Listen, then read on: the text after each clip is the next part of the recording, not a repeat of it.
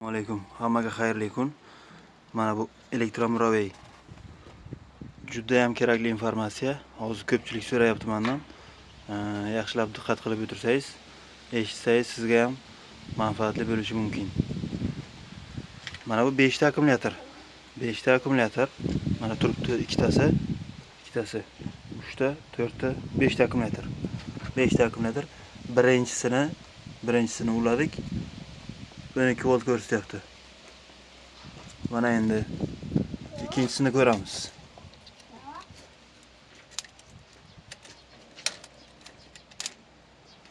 İkincisi 12.1.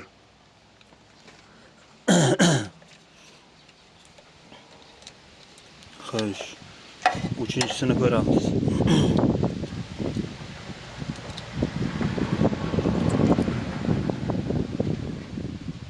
Uchinchisini zaryati 12 volt. 11.9. 12 volt. Xo'sh. Dördüncüsünü ko'ramiz. 12.1. Salgina farq qilyapti. Salgina, ko'p emas, ozgina. Xo'sh, keyingisi yana 12.1. Почти farq qilmayapti. Deyarli farq qilmayapti. Bu hozir zaryadki yo'q. Batareyalarni hammasini zaryadga bo'lgan, zaryadga qo'yish vaqti kelgan. Hozir zaryadga qo'yganim yo'q. Proverka uchun, tekshirish uchun bitta ochdim, tekshiryapman. Ana endi kimda kim mototsikli yurmay qolsa, zaryad o'lib qolsa, zaryadkasini to'ldirgandan keyin ham deyarli yurmasa, mana shu ishni qilish kerak bo'ladi. Hozirgidek hammasi bitta o'lchab chiqiladi zaryati. Hammasini zaryatini bitta o'lchab chiqiladi. Agar mana bu zaryad akkumulyator masalan 13 volt bo'lsa, bunisi 10 volt bo'lsa, keyingisi yana farq qilsa, har qaysisi masalan ikkitasi 10 volt bo'lishi mumkin, uchtasi 12 volt bo'lishi mumkin yoki 6 ta akkumulyatorda ham 6 ta akkumulyator bo'lsa ham bir-biridan farq qilish mumkin zaryadligi. Zaryati, akkumulyatorning zaryati. Shunda buni qanday hammasini zaryatini bir xil qilish mumkin? Qanday bir xil qilish mumkin degan savol keladi. Buni bitta yo'li bor. Juda ham oson yo'li. Bu uchun nima qilishimiz kerak? Mana bu akkumulyatorlarning hammasini yechib olish kerak. Bularning hammasini yechib olinadi.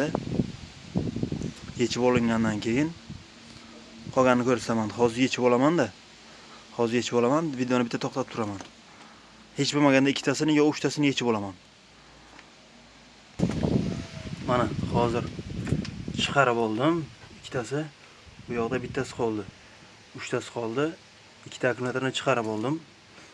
Hozir ikkita akkumulyatorni qanday zaryatini bir xil qilishni ko'rsataman. Hozir men ikkita akkumulyatorni qo'ydim, misol tariqasida ikkita akkumulyatorni. Mana ikkita akkumulyator mana shunday qo'yiladi. Eniga emas, uzunasiga. Mana plus yana bu yoqdan uchtasi, mana shu 3 ta bo'lsa, 6 talik bo'lsa, 6 ta bitta liniyaga qo'yiladi, 5 talik bo'lsa, 5 ta bitta liniyaga qo'yiladi. Qo'yilgandan keyin mana hozir minusi, bunisini ham minusi, yana dalshi mana shunday orqadan 5 ta akkumulyator minusi bir tomonda bo'ladi. Hammasi bir tomonda minus bo'ladi, bir tomonda plus bo'ladi. Bir tomonga plus, bir tomonga minus bo'lgandan keyin bitta uzun sim olinadi, xuddi mana shunaqa sim. Mana bittalik alyumin sim olinadi. Alyumin sim olingandan keyin har bitta minusga bittadan qotiriladi. Birinchisini minusiga, ikkinchisini minusiga xuddi mana shu tariqa 5 ta akkumulyator bog'lab chiqiladi. Bo'ldi, bog'lab chiqilgandan keyin faqat minus bog'lab chiqiladi. Bu yog'i bitta, ikkita, 5 ta akkumulyator bog'lab bo'lindi. Bog'lab bo'lingandan keyin bu yog'i mana shunday turadi. Bu hech qayerga ulanmaydi. Hozir ikkita, men 5 ta misolida ko'rsatyapman. 5 ta akkumulyator misolida ko'rsatyapman. Mana shu parallel ulab chiqiladi bittasi. Keyin dalishi mana bunisi. Bunisi ham xuddi shunday ulab chiqiladi. Ulab chiqilgandan keyin 5 ta plus bir-biriga bog'lanadi. 5 ta minus bir-biriga bog'lanadi. Bo'ldi, shu turish 5 ta plus, 5 ta minus bir-biriga bog'langandan keyin mana bu ikkitasini bir-biriga ulanmaydi. Bularni bir-biriga ulash umuman qat'iyan man qilinadi.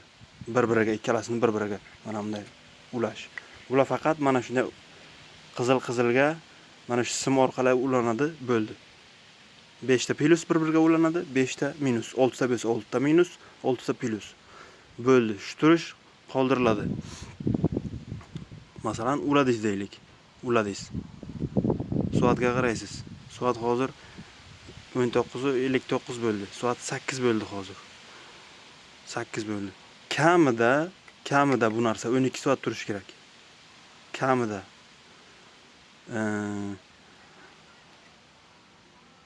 Hech bo'lmaganda 24 soat tursa ham zo'r bo'ladi. 24 soat tursa ham. 24 soat tursa 24 soatdan keyin olasiz. Hammasini bitta-bitta o'lchab chiqasiz. Zaryati hammasi bir xil bo'ladi. Hammasi. Buning uchun yaxshi e'tibor qilish kerak. Mana bu simlar, mana bu simlar, mana bunga yaxshi qotgan bo'lish kerak. Mana bunday.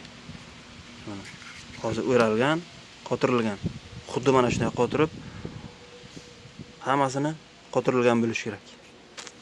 Hozir men 5 ta akkumulyatorni ochmadim. Bu akkumulyatorlar rabochiy akkumulyatorlar, hammasi ishlab turgan akkumulyatorlar. Shuning uchun ochmadim. Agar tushunmovchiliklar bo'lgan bo'lsa, yo'q bo'lmadi, boshqatdan yaxshiroq tushuntiring desalaringiz, qaytadan videoga olaman. Hammasini ulab chiqaman, 5 ta akkumulyatorni. Keyin ko'rsataman. Yana tushunmaydiganlar bo'lsa. Hozircha shu 12 soat turadi eng kamida. Uzog'i 24 soat. Undan ko'p tursa ham, 2 kun, 3 kun tursa ham, 1 hafta, 10 kun tursa ham zarar qilmaydi. Lekin eng kamida 12 soat turishi kerak. Eng kamida. Buni hech qanaqa zaryadkaga ulash kerak emas. Sim ulab qo'ygan vaqtida. Bu o'zi shunday tursa ham xuddi mana shu turish turadi. Hammasini zaryati bir xil bo'ladi. Mana shunday ulab qo'yilsa bir-biriga. 5 ta akkumulyator bir-biriga ulab qo'yilsa, hammasini zaryati bir xil bo'ladi. Bunga hech qanaqa zaryadnik, pribor, taxometr biron narsa kerak emas. Faqat sim ulanadi, plusga plus ulab chiqiladi, minusga minus ulab chiqiladi, bo'ldi. Qarabsizki, 12 soatdan keyin uzog'i 24 soatdan keyin zaryati bir xil bo'ladi. Bir sutka qo'ysangiz zo'r bo'ladi. Video manfaatli bo'ldi deb o'ylayman. Iltimos kommentariyada izohlaringizni yozib, bitta like ni bosib, obuna bo'lishni unutmanglar. Yana kimda qanaqa savollar bo'lsa, elektromobil haqida, akkumulyatorlar haqida savollar bo'lsa, savollarga javob berishga harakat qilaman. Kommentga yozsalaringiz bo'ladi. Iloj boricha savollarga javob berishga harakat qilaman. Sog' bo'lasizlar, hammaning ishiga omad. Keyingi videoda uchrashguncha.